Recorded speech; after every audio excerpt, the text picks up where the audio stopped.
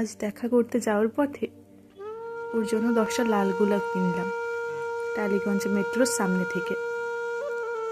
দাম শুনে তো আমার রেটিনায় সর্ষে ফুল। অন্যান্য দিন যে গোলাপগুলো মাত্র 5 টাকা করে নেয়, আজ সেগুলোই 30 টাকা। এ নিয়ে 10 বছর হলো আমাদের সম্পর্কে। মহারানীর আবদার, বছরের সঙ্গে সঙ্গে গোলাপের সংখ্যা বাড়াতে হবে। তার মানে এই পরের বছর 11টা, আর আজ থেকে 40 বছর বাদে 50টা। এটা আবদার না গভর্নমেন্ট নোটিশ, মাঝে মধ্যে গুলিয়ে যায় আমার। আজ এ নিয়ে প্রায় 3729 বার প্রপোজ করতে হলো ওকে।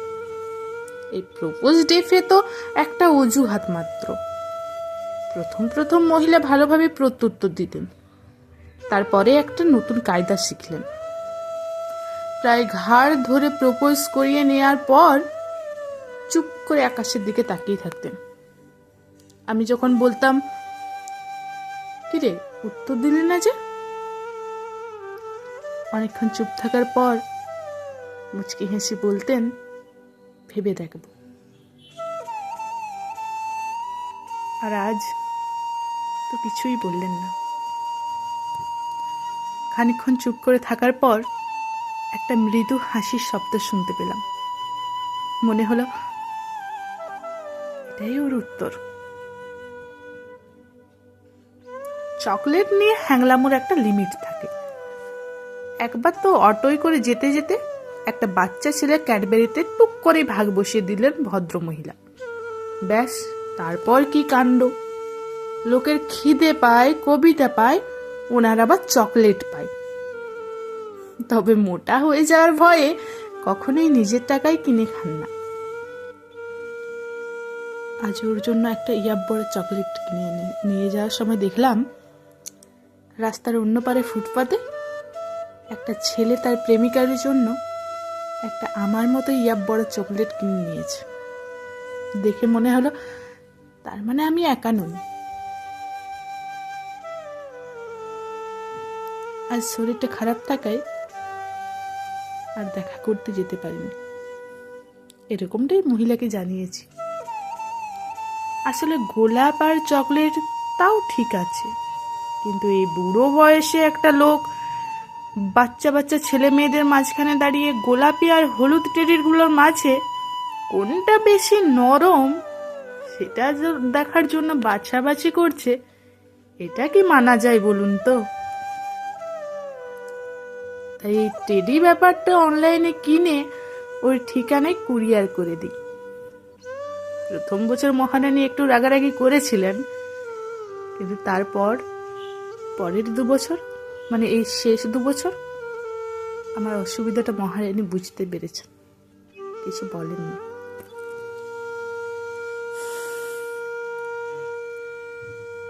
তুমি দিনে 5টার বেশি সিগারেট খাবে না, promise?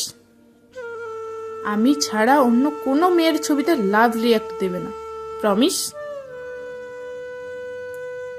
I like your salt and pepper look, so you are not going to dye your hair, promise?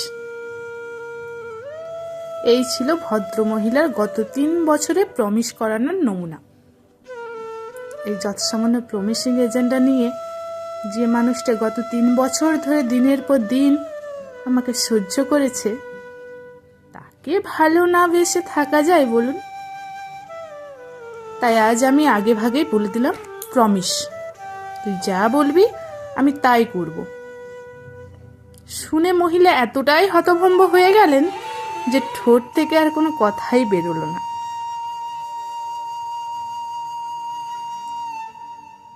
আজ একটা সিকিউরিটি গার্ড আমাদের দেখে কিছুক্ষণের জন্য থমকে গেছিল। মহিলার বরাবর অভিযোগ আমার উচ্চতা নিয়ে। আমি যখন ওর পাশে হাঁটি তখন নাকি আমাকে ও জেঠু বলে মনে হয়। আমাকে জড়িয়ে ধরলে নাকি ওর মনে হয় উনি পাহাড়ে ওঠা প্র্যাকটিস করছেন। আজ ভদ্রমহিলাকে জড়িয়ে ধরতে হলো একটা বিশেষ কায়দায়। অবশ্য আর কোনো উপায়ও ছিল না। ঠিক সেই সময় ওই সিকিউরিটি গার্ড ভদ্রলোক এসে হাজির। উফ, আর সময় পেল না আসা। এই ব্যাপারটা না ভীষণ ব্যক্তিগত। তবু আজ পর্যন্ত যতবার ভদ্রমহিলাকে চুমু খেয়েছি মনে হয়েছে বুকের ভেতর কেউ দামামা বাজিয়েছে।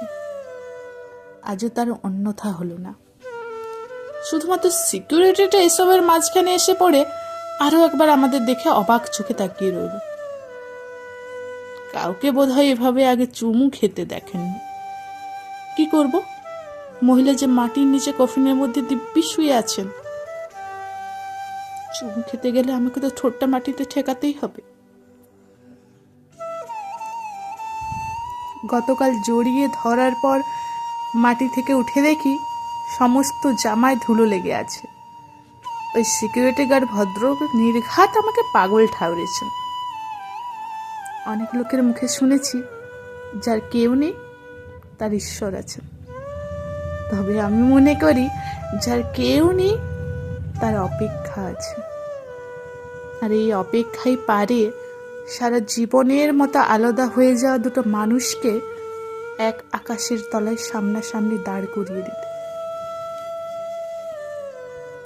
গত 8 মাস ধরে তুমি আমার পাশে নেই, কিন্তু আমার থেকে অনেক দূরে মাটির নিচে যে তুমিটা চুপ করে শুয়ে আছো, আমি জানি সে অপেক্ষা করছিল এই 7টা দিনের।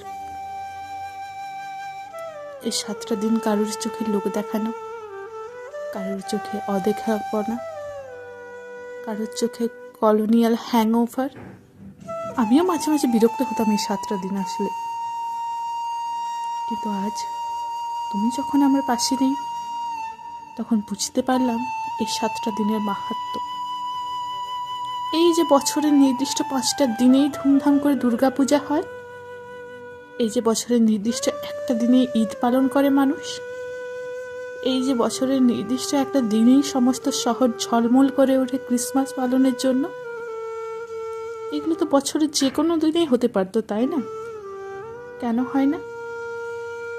কারণ তাহলে অপেক্ষা নামক শব্দটাই চিরতরে মুছে যাবে উৎসবের অভিধান থেকে। আমরা যারা ভালোবাসাকে একটা ধর্ম হিসেবে মেনে নিয়েছি, তাদের কাছে এই 7টা দিন একটা ধর্মীয় উৎসব।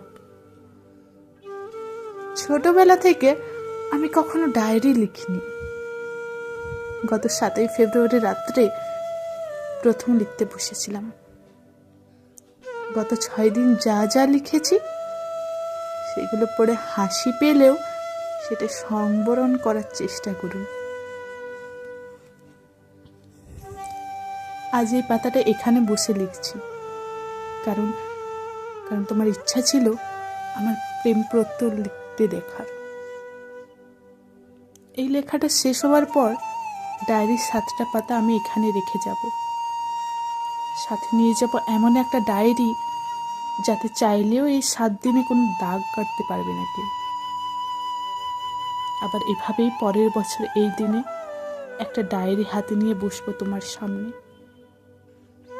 যাওয়ার সময় রেখে যাব আরো 7টা পাতা।